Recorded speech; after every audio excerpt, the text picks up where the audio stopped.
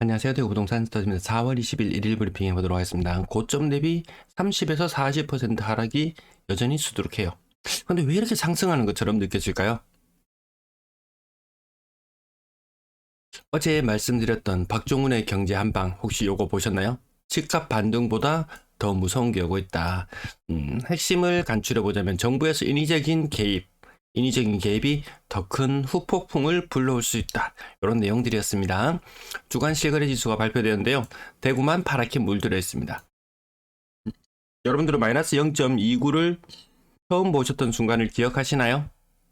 그때 마이너스 20% 혹은 30% 하락이 막 급속도로 등장하기 시작하던 그 무렵이었어요. 마이너스 30%. 지금도 시장 분위기는 그때와 별반 다르지 않아요. 다만 주간 실거래 지수가 급격하게 하락했던 것이 지금 반등해서 많이 올라와 있어요. 이대로 치고 올라갈까요? 그렇게 보기에는 정부적인 인위적인 개입이 너무 많았다는 부분, 그 부분이 조금 마음에 걸려요. 이제 정부에서 뭘 내놓을 게 있나요?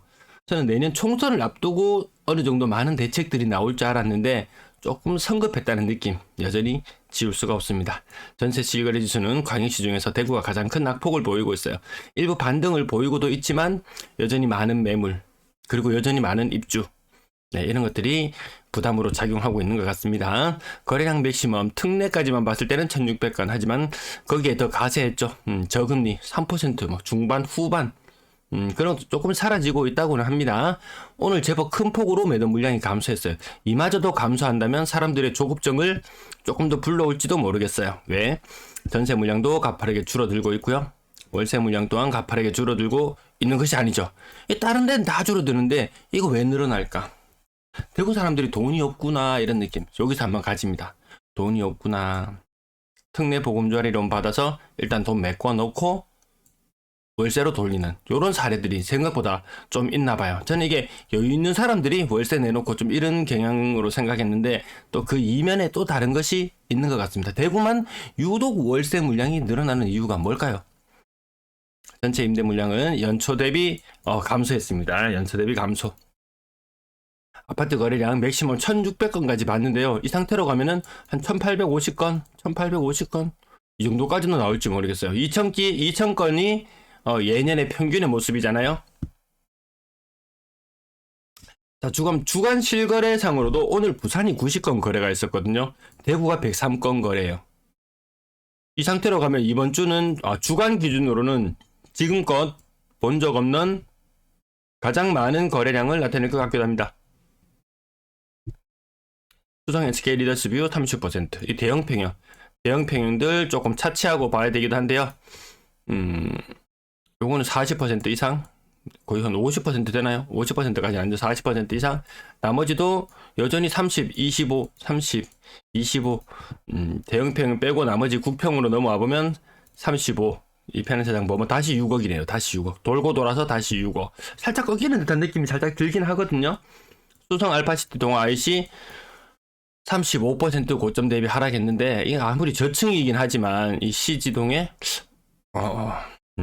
월성 코너 하늘채 요 대형 평형 요거 40평형대 가격 고점 대비 20% 정도 떨어져 있고요. 수성 효성 에링턴 플레이스 5억 4,500 계속 요 가격대입니다. 중동의 가격은 좀 괜찮은 층도 5억 중반, 나머지 또 신축도 5억 중반에 살짝 못 미치는 모습. 이것도 대단지 복현 아이파크 최신축도 요런 거 5억을 넘어가려 그러면 그래도 최신축 혹은 대형 요 정도만 거기에 명함을 내밀지, 다른 것들은 명함을 내밀기가 조금 버거워지는 모습. 진천역 AK 그랑블리츠 38평형 가격이 5억, 좀 비싸게 된 느낌은 있어요. 요렇게 좀 많이 반등했다 요런 느낌. 상당 내면 이편에서당 이것도 40평형대 4억 9,500, 고점 대비 30% 정도 하락의 느낌이지만 조금 비싼 느낌. 약간 이제 사람들이 조금 다급해지나 봐요. 날짜 거래 일자를 보시면 조금 다급해지는 느낌. 여전히 30% 하락하는 것은 질비하거든요.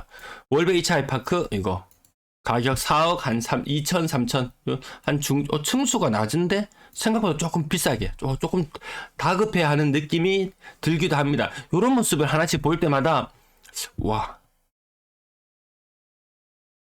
정말 많이 반등하는 건가? 근데 그런 느낌은 아니죠. 여전히 30에서 40%가 수두룩한 상태거든요.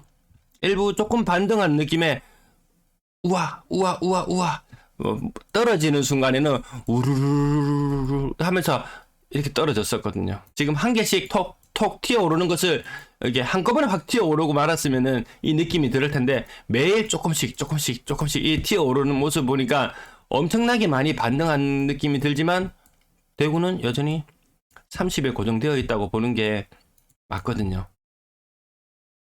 나머지 가격들도 조금 더 하락률 짚어보면은 아이파크 2차 층수가 1층 4억 3천, 아까 한 7층 정도 되는 거 4억 7천, 요 가격을 보면은 얼추 이제 요렇게 자리 잡아가나 요런 느낌도 듭니다. 1차는 4억 3천, 요게 제가 작년 말경에 가격이 호가 많이 떨어지고 이랬을 때 한 3.8억짜리 물건도 있다. 요거 고점 대비 40% 정도 그 이상 떨어졌기 때문에 충분히 매력적으로 보일 수 있다. 요런 말씀 드렸던 물건들인데 가격 한 10% 이상씩 반등하는 모습. 여기서 얼마나 더 반등할까요? 요런 느낌 좀 듭니다. 여전히 40 월성 푸르지오 근래 거래 좀 많이 되고 있습니다. 나머지 가격들도 오늘 거래가 좀 많았습니다. 성당동 도시압 3억 9천, 좀 많이 비싸게 산 느낌. 올 초 가장 초반까지 가장 많이 떨어졌을 때 3억 중반을 넘기기가 힘든 그런 모습이었는데 가격 10% 정도 이상 그 이상 반등한 느낌도 들기도 합니다. 나머지 국평들도 보시면은 30%, 25%, 35% 진천 IK그랑 벌써 더 많이 떨어졌었는데요. 그리고 성당 레미안도 가격이 3억 7,500까지, 이 3억 막 20층 기준으로 봤을 때 한 3억 3천, 4천 정도까지 떨어졌었으니까 10%씩 아이파크가 먼저 반등해서 튀어올랐고 성당 레미안이 튀어올랐고, 그럼 어떤 현상이 있냐, 이런 현상. 다음 페이지로 넘어가서 자, 마이너스 30%에서 마이너스 40%까지 급격하게 떨어졌던 애들이 지금 이렇게 하나씩 튀어오르고 있어요. 이 튀어오르고 있는데 가장 선두에 있는 것이 아이파크, 그 다음에 아까 성당 레미안도 그 후발주자로 튀어오르는 모습이 보이는데요. 그럼 나머지 애들이 이렇게 그 외의 물건들도 충분히 마이너스 30%에 매수할 수 있는 물건들이 많이 있거든요. 이런 애들이 좀 소진되고 난 이후에 또다시 재반 또 튀어오를 거면 튀어오르려면 튀어오르겠지. 얘만 무진장 튀어오르고 다른 애들은 내버려 두고 간다, 이런 현상이 나타날 것 같진 않아요. 근데 범사만찬 특집 지난번에 그냥 회원용으로 영상을 돌려버리긴 했는데요. 라이브로 찍고 그 잡다한 이야기들이 많이 있어서 그냥 회원용으로 영상을 돌려버리긴 했는데, 그때도 보시면 아시겠지만 전세 매물이 많이 줄어들었다. 근데 매물은 여전히 많이 있는 상태였어요. 자, 나머지 수목원 서안이담 요 40평 네 가격 40% 가까이 떨어져 있고요. CG 한신 휴플러스 25% 정도 떨어져서 3억 7천, 침산동 2차 쌍용 예가 30% 정도, 용산 롯데캐슬 거의 40% 정도. 그럼 요런 느낌은 좀 괜찮은 느낌. 35% 정도네요. 네. 아무리 조금 비싸게 산다는 느낌, 싸게 산다는 느낌이 있는데, 그냥 네, 나머지 상인 푸르지오 고층도 3억을 살짝, 평당 1,000만원. 평당 1,000만원이면 웬만한 곳은 접근 가능하다. 여전히 유효한 상태인 것 같습니다. 평일 롯데캐슬도 가격 30% 정도. 나머지 근데 한두 개씩 튀어오르는 거 보니까 그래서 그런 느낌 때문에 매일 들으니까 인터넷 커뮤니티나 이런 곳에 가보면은 올랐던 것마다 한 사람이 하나씩 많이 떼본다고 생각해보세요. 아이파크 2차 같은 경우에도 1000세대가 넘죠. 1000세대가 넘는데 거기 있는 사람들 한 사람만 입대도 네, 그런 현상들은 좀 있습니다. 대구의 서일스타일즈도 1,000만원, 평당 1,000만원이면 가능한 상태.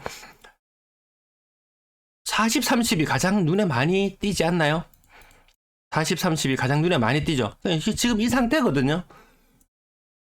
너무 안 휩쓸려도 될 것 같습니다. 네, 나머지 계약일자별 거래량, 건당 거래대금이 치솟아 오르지는 못하고 있는 상태고요. 다만 거래량이 굉장히 괜찮아졌다.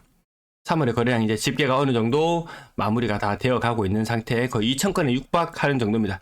2,000건을 돌파하는지를 주목해 보자고 했는데, 요게 한 3개월 정도 유지되는지, 3% 후반대 금리, 이제 미국 금리 인상하려면은 한 12일 정도 남았는 것 같아요. 인상하려면 그 금리 결정되는 시기가 12일 정도 남았어요.